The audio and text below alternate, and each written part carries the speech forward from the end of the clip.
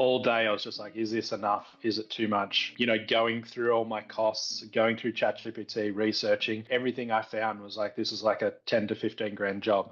And I'm like, I'm not charging that. Hey guys, my name's Jono. I'm a former lawyer turned full-time filmmaker based in Sydney, Australia. Welcome back to another episode of Subscriber Stories, where we share real stories from our community to help inspire you to take action towards your videography dreams. In today's episode, we are featuring Dylan, a beginner videographer based in Tamworth, Australia, a little charming country town a couple hours north of Sydney from where I live. So it's always really nice meeting fellow Aussies in this community. Dylan was actually a student in our first ever group cohort program and is also a member of our school community. I'm Dylan. I'm from Tamworth in New South Wales, Australia. I'm a beginner videographer and I've been running my own coaching business for about 8 years. So like powerlifting and weight loss and strength coaching, that kind of thing. I've just started running both businesses side by side at the moment and loving every minute of it. Like myself growing up, Dylan had a deep passion for creating videos, but life happens. We get older, we get proper jobs. I became a lawyer, Dylan became a PT, and we forget about the passions that we had when we were a kid.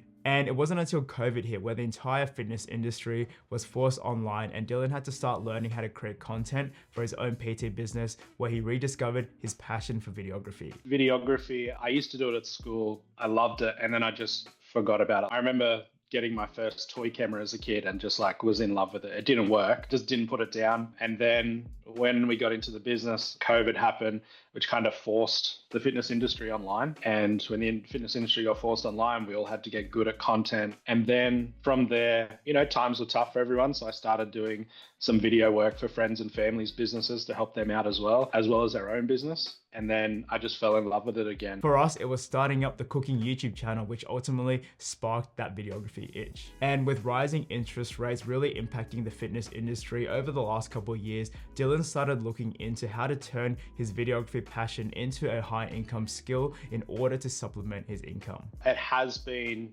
tough on the fitness industry with all the rates and stuff. Like PT is a luxury service. It means that people aren't able to spend as much on their fitness journey, which means we do a lot more hours to try and make that up. And it's incredible to help people, but also having big goals of buying a house and supporting a family and all that kind of thing. I decided that I probably need to look at a second income for a bit and was just like, I'm decent at this. I'm helping people already with their video content. Let's see if, people will pay me to do that. And people have paid me to do it and they're pretty happy. Since making the decision to go all in with his videography journey, Dylan's videography side hustle has absolutely taken off. He recently made his first $10,000 with his little vlogging camera, the Sony ZV-E10, closing a $7,000 video project where he got to travel across outback Australia, filming farms for an entire week. Sounds like a ton of fun. And also a $3,000 monthly retainer with a disability services provider. This has allowed Dylan to further invest into his video business, upgrading from his little vlogging camera, the Sony ZV-E10,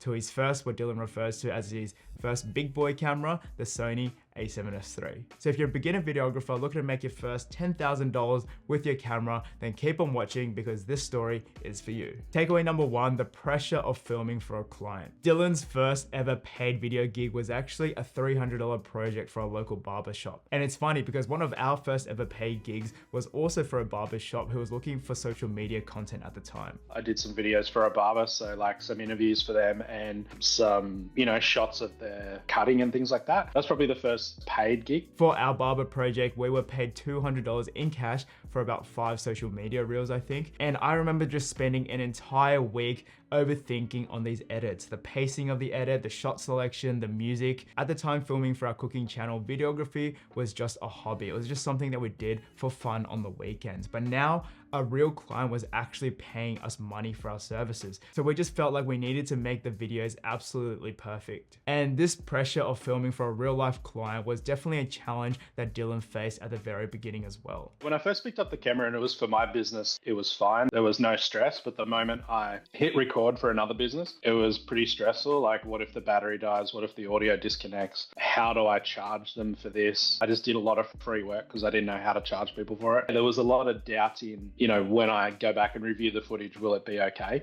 Once you start monetizing your videography passion, you start charging clients money in exchange for your videos. Personally, for me, one of the worst feelings that comes up is shoot anxiety. Even to this day, 5 to 6 6 years into our videography journey, I still get this feeling. For example, today I've got a wedding in a couple of hours and I'm feeling this pit in my stomach, this anxiousness of being like, oh crap, what if something goes wrong? So I can really relate to Dylan here when he talks about the anxiety that he feels before a shoot. I was thinking about this yesterday. I had a shoot yesterday afternoon and the anxiety doesn't go away. Like until I get there and set up, I'm on top of the world. It's the most fun.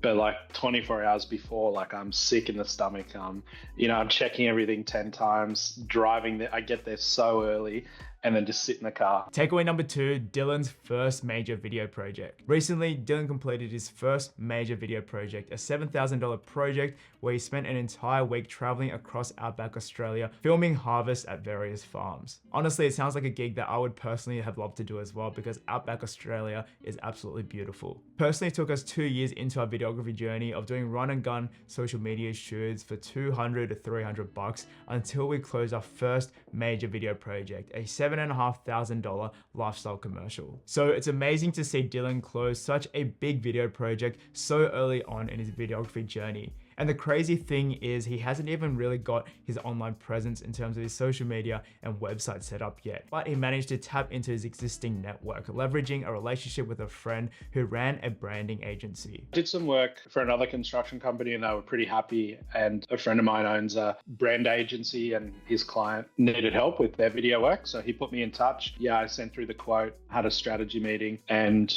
got hired to basically go through Western New South Wales. So just out middle of nowhere for a week and just follow harvest. It was incredible. I'm editing all that now and there's so much footage, but yeah, it was really cool just driving around and capturing all that. This is an example of what we call a strategic partnership, a business that might share the same client as you, but offers a different service. So in Dylan's case, his friend ran a branding agency who might help clients with various marketing services like web design, branding, social media, and then they contract out the content production to Dylan's business. Personally for us, we love strategic partnerships because it allows us to focus on what we do best, telling really great stories and producing content. Not to mention having strategic partnerships allows you to have a consistent stream of clients being referred to you each month. You don't actively have to go out and reach out to each individual client. Now, I remember the first time I sent that $7,500 proposal, I was pretty nervous. I definitely felt a heavy sense of imposter syndrome. So let's see what Dylan's $7,000 quote included and how he felt sending that out to the client. So it was $7,000 budget and we had 3.5 shoot days and the deliverables were, I think we were doing 3 to 5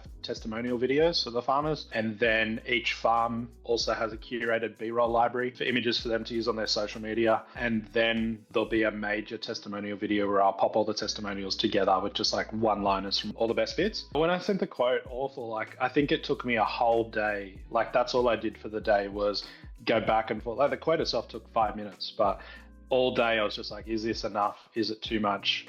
Going through all my costs, going through ChatGPT, researching, everything I found was like, this is like a 10 to 15 grand job. And I'm like, I'm not charging that. So basically went 50%, which was still what I felt was too much. The work's definitely worth that, but yeah, just terrified to charge that much.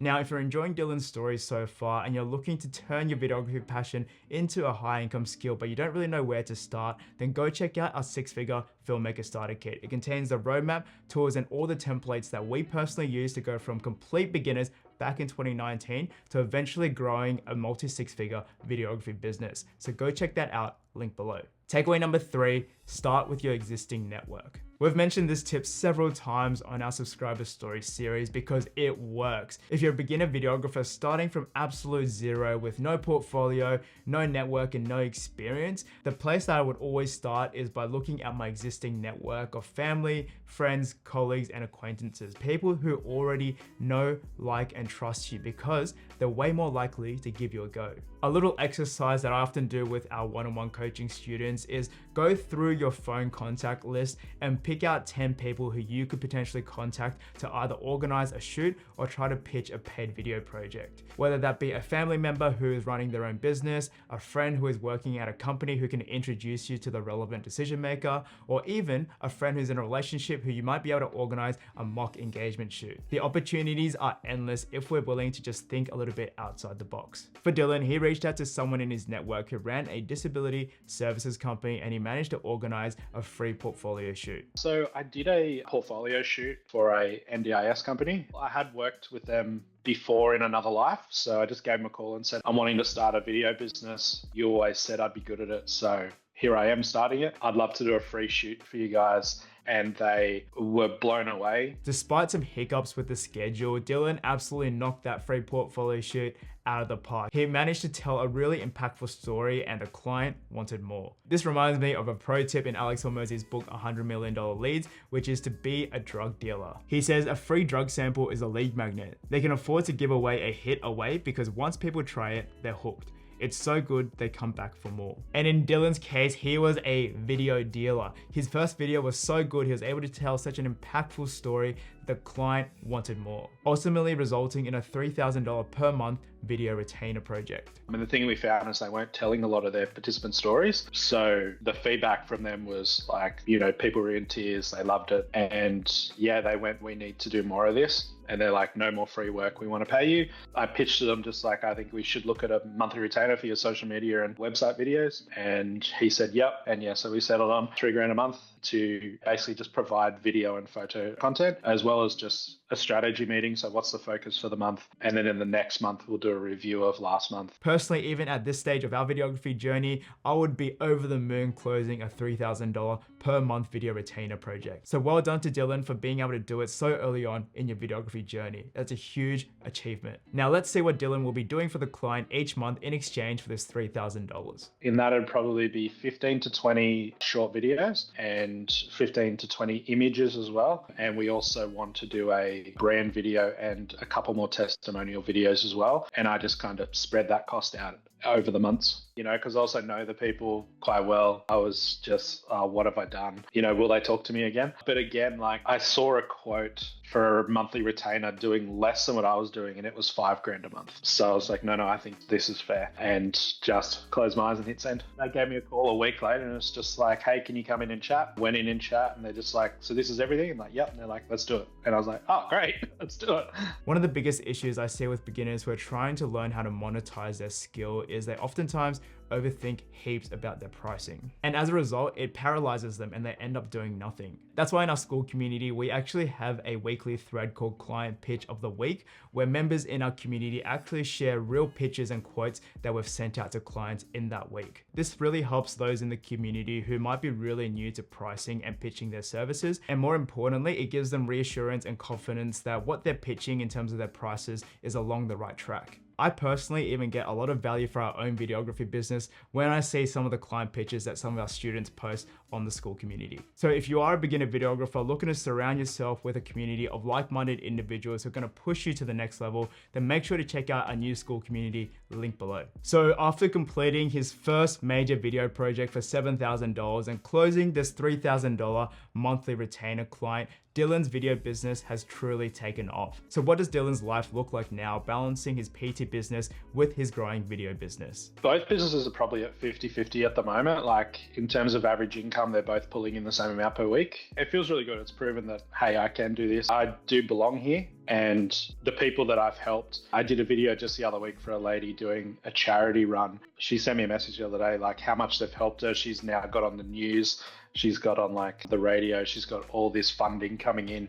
Like having some professional videos for her has just like leveled up the fundraiser. So getting feedback like that, plus all the other feedback I've got, it's incredible feeling knowing that I'm helping people. And this is how I know that Dylan's actually going to succeed in this industry for the long term, because he actually cares about his craft. For him, he's not just in it for the money. It's about telling better stories and actually helping people share their message. Now, before we ended the catch up, I had to ask Dylan for one final piece of advice. If I was a beginner videographer looking to make my first $10,000 with my videography passion, what advice would you give? And here is what he had to say. You've got nothing to lose. Like if you walk up and down the street and offer people a free video, they say no, don't feel embarrassed about it. When they do say yes and you do produce it, it will get easier.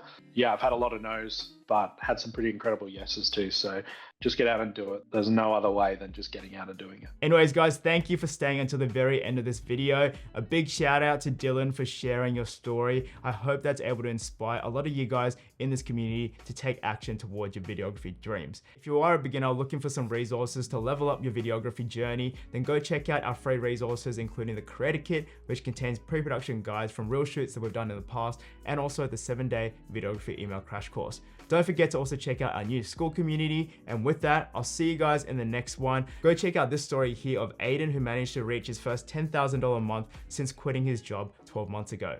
I'll see you in the next one, guys. Stay focused.